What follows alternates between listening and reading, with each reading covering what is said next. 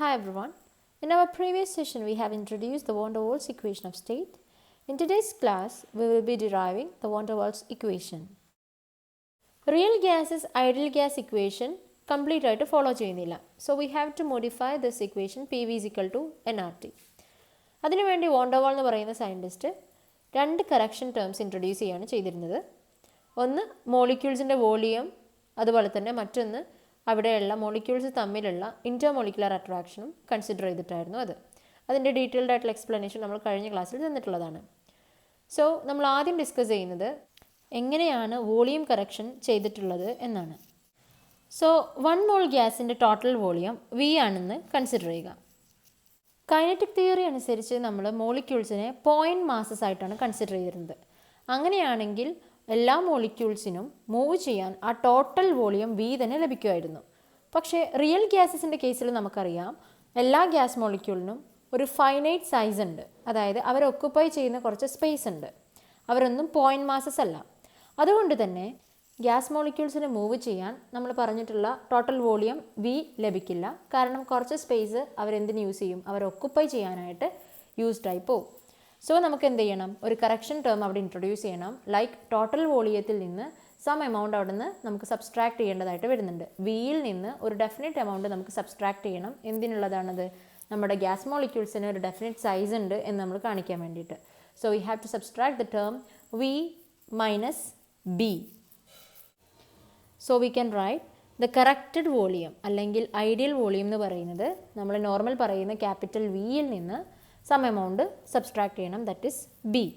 ഈ B എന്ന് പറയുന്നത് കോ വോളിയം അല്ലെങ്കിൽ എഫക്റ്റീവ് വോളിയം, അതുമല്ലെങ്കിൽ എക്സ്ക്ലൂഡഡ് വോളിയം എന്നൊക്കെയാണ് പറയാറുള്ളത്. അത് ഓരോ ഗ്യാസിനും അതിൻ്റെ ക്യാരക്ടറിസ്റ്റിക് വാല്യൂ ആയിരിക്കും. കാരണം ഓരോ ഗ്യാസ് മോളിക്യൂൾസിൻ്റെയും സൈസ് എന്ന് പറയുന്നത് ഡിഫറെൻ്റ് ആണ്.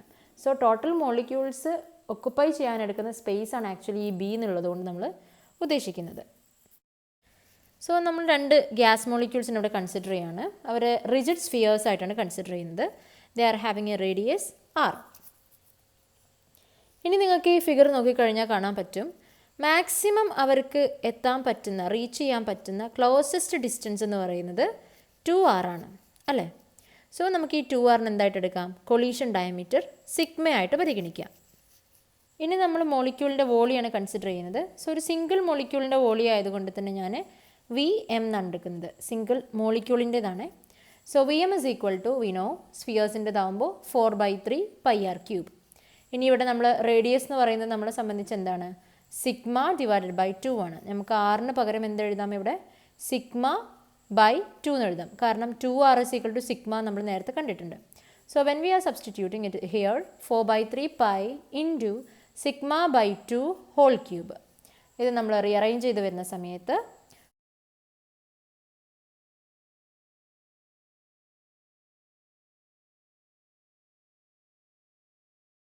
now we will get 1/6 into pi into sigma cube. So നമ്മളിപ്പോൾ ഒരു സിംഗിൾ മോളിക്യൂളിന് ഒക്കുപ്പൈ ചെയ്യാൻ വേണ്ട വോളിയം എന്ന് പറയുന്നത് 1/6 പൈ സിഗ്മ ക്യൂബ് എന്ന് കണ്ടു. ഇവിടെ നിങ്ങൾക്കൊരു പിക്ചർ കാണാം. അവിടെ നിങ്ങൾക്കൊരു വലിയ സ്ഫിയർ കാണാനായിട്ട് പറ്റുന്നുണ്ടാവും. അവിടെ 2 പെയർ ഓഫ് മോളിക്യൂൾസ് കൊളീഷനിൽ വന്നു കഴിഞ്ഞാൽ അല്ലെങ്കിൽ അടുത്തടുത്ത് വന്നു കഴിഞ്ഞാൽ എക്സ്ക്ലൂഡായി പോകുന്ന വോളിയാണത്. ആ വലിയ സർക്കിളാണത് സൂചിപ്പിക്കുന്നത്.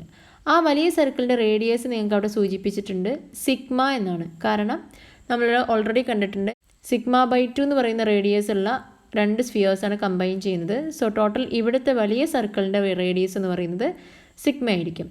സോ അതിൻ്റെ വോളിയം എന്തായി മാറി? 4/3 into pi into sigma cube. ഇത് 2 മോളിക്യൂൾസ് ഒക്കുപ്പൈ ചെയ്യാനുള്ള വോളിയാണ്. അങ്ങനെയാണെങ്കിൽ ഒരു മോളിക്യൂളിന് വരുന്ന എക്സ്ക്ലൂഡഡ് വോളിയം എത്രയായിരിക്കും? ഈ 4/3 പൈ ഇൻറ്റു സിഗ്മ ക്യൂബിൻ്റെ പകുതിയായിരിക്കും. So we can write 4/3 into pi into sigma cube into 1/2. That is 4/6 into pi into sigma cube. ഇതിന് നമുക്ക് റീഅറേഞ്ച് ചെയ്ത് എങ്ങനെ എഴുതാം? 4 into 1/6 into pi into sigma cube. 1/6 into pi into sigma cube നമ്മൾ ഇതിനു മുമ്പ് കണ്ടതാണ്. അതെന്താണ്? ഒരു സിംഗിൾ മോളിക്യൂളിൻ്റെ വോളിയാണ്. So we can put 4 into VM. അപ്പോൾ നമ്മളുടെ എക്സ്ക്ലൂഡഡ് വോളിയം പെർ മോള് എന്ന് പറയുന്നത്, അതായത് നമ്മൾ നേരത്തെ ഇൻട്രൊഡ്യൂസ് ചെയ്തിട്ടുള്ള B എന്ന് പറയുന്നത് 4 ഇൻറ്റു N0 ഇൻറ്റു VM ആണ്. അതായത് നമുക്ക് കിട്ടിയ 4 VM N0 വെച്ച് മൾട്ടിപ്ലൈ ചെയ്യണം. Where N0 is the Avogadro number. ഇനി N0 × Vm ആണ് ടോട്ടൽ 1 മോൾ ഓഫ് ഗ്യാസിലുള്ള മോളിക്യൂൾസ് ഒക്കുപ്പൈ ചെയ്യാനെടുക്കുന്ന വോളിയം എന്ന് പറയുന്നത്. But now we have seen that ഒരു മോൾ ഗ്യാസിൻ്റെ എല്ലാ മോളിക്യൂൾസിൻ്റെയും ആക്ച്വൽ വോളിയം കൺസിഡർ ചെയ്യുമ്പോൾ അതിൻ്റെ 4 മടങ്ങാണ് ഈ കോ വോളിയം അല്ലെങ്കിൽ എക്സ്ക്ലൂഡഡ് വോളിയം എന്ന് പറയുന്നത്. സോ നമുക്ക് ഇനി ഡെറിവേഷൻ്റെ സെക്കൻഡ് പാർട്ടിലോട്ട് പോവാം. ഇവിടെ നമ്മൾ മോളിക്യൂൾസ് തമ്മിലുള്ള ഇൻ്റർമോളിക്കുലർ അട്രാക്ഷൻ സിഗ്നിഫിക്കൻ്റ് ആണ് എന്ന് പറഞ്ഞിട്ടാണ് എടുക്കുന്നത് for real gases. So we have to add this pressure correction term. So now we know ഒരു റിയൽ ഗ്യാസിൻ്റെ കേസിൽ അതിലുള്ള മോളിക്യൂൾസ് തമ്മിലൊരു ഇൻ്റർമോളിക്കുലർ അട്രാക്ഷൻ പ്രസൻ്റ് ആയിരിക്കും. സോ നമ്മൾ അങ്ങനെ ഗ്യാസിൻ്റെ ഉള്ളിലൊരു മോളിക്യൂളിനെ കൺസിഡർ ചെയ്യാൻ പോവാണ്. അപ്പോൾ നമുക്കറിയാം ആ മോളിക്യൂളിന് ചുറ്റും മറ്റെല്ലാ മോളിക്യൂൾസും യൂണിഫോം ആയിട്ട് ഡിസ്ട്രിബ്യൂട്ട് ചെയ്തിട്ടുണ്ടാവും, റൈറ്റ്? സോ ആ മോളിക്യൂളിൻ്റെ മുകളിൽ ഒരു റിസൾട്ടൻ്റ് അട്രാക്റ്റീവ് ഫോഴ്സ് ഉണ്ടാവില്ല. കാരണം എന്താ? തൊട്ടപ്പുറത്തുള്ള എല്ലാ മോളിക്യൂൾസും യൂണിഫോം ആയിട്ട് അതിനെ അട്രാക്റ്റ് ചെയ്യുന്നുണ്ടാവും. അത് മറ്റേ സൈഡ് വെച്ചിട്ട് ക്യാൻസൽ ഔട്ട് ചെയ്ത് പോവുകയും ചെയ്യും. സോ അവിടെ ഒരു നെറ്റ് അട്രാക്റ്റീവ് ഫോഴ്സ് ഉണ്ടാവില്ല. പക്ഷേ നമ്മൾ വെസലിൻ്റെ ഗ്യാസ് ഫില്ല് ചെയ്തിട്ടുള്ള വെസലിൻ്റെ വോളിലോട്ട് അപ്രോച്ച് ചെയ്ത് പോകുന്ന സമയത്ത് ആ മോളിക്യൂളിന് ചുറ്റും നമുക്കൊരു യൂണിഫോം ഡിസ്ട്രിബ്യൂഷൻ കാണാനായിട്ട് സാധിക്കില്ല. ഇവിടെ മോളിക്യൂളിന് ബൾക്ക് സൈഡിലോട്ട്, അതായത് വെസലിൻ്റെ സെൻറ്റർ പോർഷനിലോട്ട് ഒരു അട്രാക്ഷൻ ഫീൽ ചെയ്യുന്നുണ്ടാവും. അതുകൊണ്ട് തന്നെ വെസലിൻ്റെ വോളുമായിട്ട് ഈ മോളിക്യൂൾ ഒരു ലോവർ വെലോസിറ്റിയിലായിരിക്കും സ്ട്രൈക്ക് ചെയ്യുന്നുണ്ടാവുക. സോ നമുക്ക് പറയാം ആ മോളിക്യൂള് വോളിൽ അപ്ലൈ ചെയ്യുന്ന ഫോഴ്സ് ആണല്ലോ ആക്ച്വലി പ്രഷറായിട്ട് മാറുന്നത്. സോ പ്രഷറിലോട്ട് ഒരു ലിറ്റിൽ കോൺട്രിബ്യൂഷൻ മാത്രമാണ് കൊടുക്കുന്നത്.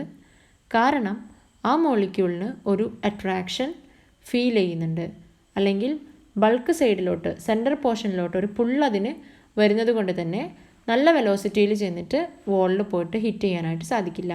അതുകൊണ്ട് തന്നെ ആ മോളിക്യൂൾ കോൺട്രിബ്യൂട്ട് ചെയ്യുന്ന പ്രഷറിൻ്റെ എമൗണ്ട് ഒബിയസ്ലി കുറവായിരിക്കും. ഐഡിയൽ ഗ്യാസിൻ്റെ കേസിൽ അവിടെ ഇൻ്റർമോളിക്കുലർ അട്രാക്ഷൻസ് ഒന്നും തന്നെ ഇല്ല. സോ അവിടെയുള്ള ടോട്ടൽ പ്രഷർ എന്ന് പറയുന്നത് ക്യാപിറ്റൽ P ആണ്.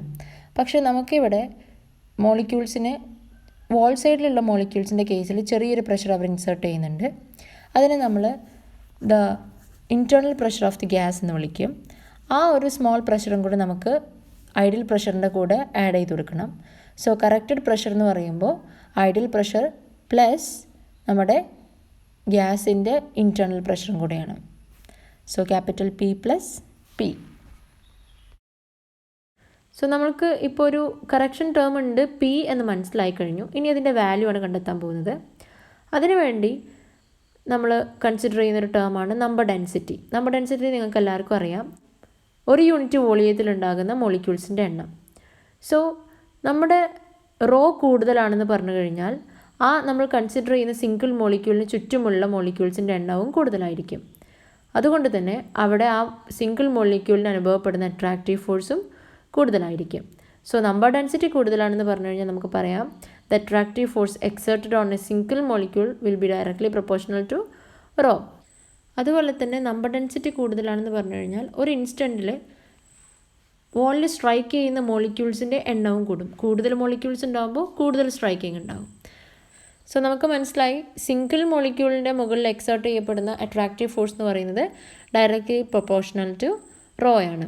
അതുകൊണ്ട് തന്നെ നമുക്ക് പറയാം ഈ അട്രാക്റ്റീവ് ഫോഴ്സ് ആണ് small p correction term determine ചെയ്യുന്നത്, and which is directly proportional to rho square. So we can write p is directly proportional to rho square. But rho is directly proportional to 1/v. കാരണം rho എന്ന് പറയുന്നത് n/v എന്നറിയാം. So rho is directly proportional to 1/v for 1 mole of gas. So p is directly proportional to rhoക്ക് പകരം നമുക്ക് എന്ത് എഴുതാം 1/v whole square, and p is equal to a/v square. a എന്ന് പറയുന്നത് ഒരു ഗ്യാസിൻ്റെ ക്യാരക്ടറിസ്റ്റിക് കോൺസ്റ്റൻ്റ് ആണ്. സോ നമുക്ക് ഐഡിയൽ പ്രഷർ എന്ന് പറയുന്നത് P പ്ലസ് a/v സ്ക്വയർ എന്നായിട്ട് വരും. സോ പ്രഷറിൻ്റെ ടേമിൽ നമ്മൾ ചെറിയൊരു കറക്ഷൻ നടത്തി a/v സ്ക്വയറും കൂടെ ഇൻക്ലൂഡ് ചെയ്തു. So final step ideal gas ഇക്വേഷനിലോട്ട് വോളിയം കറക്ഷൻ ടേമും പ്രഷർ കറക്ഷൻ ടേമും ഇൻട്രൊഡ്യൂസ് ചെയ്യാം. We have for 1 mole of gas PV is equal to RT എന്നായിരുന്നു ഐഡിയൽ ഗ്യാസ് ഇക്വേഷൻ. അത് മോഡിഫൈഡ് ആയി P plus a/v square into v minus b is equal to RT എന്ന് കിട്ടും for 1 mole of gas. And this is known as van der Waals equation. So I hope now you are able to derive the van der Waals equation. ഇതിൽ നമുക്ക് ബിയുടെ value കാണുന്ന ആ relation ഉണ്ടല്ലോ, ബിയുടെ value എന്ന് പറയുന്നത് ആക്ച്വൽ വോളിയത്തിൻ്റെ 4 ടൈംസ് ആണെന്ന് പറയുന്നത് നമുക്ക് ആക്ച്വലി സിലബസിൽ ഉള്ളതല്ല, ഞാൻ ജസ്റ്റ് ഇൻക്ലൂഡ് ചെയ്തതേ ഉള്ളൂ. സോ സ്കിപ്പിംഗ് ദാറ്റ് ബാക്കിയെല്ലാം നിങ്ങൾക്ക് ഈസി ആയിട്ട് തന്നെ റീപ്രൊഡ്യൂസ് ചെയ്യാൻ പറ്റും എന്ന് വിശ്വസിക്കുന്നു. Thank you.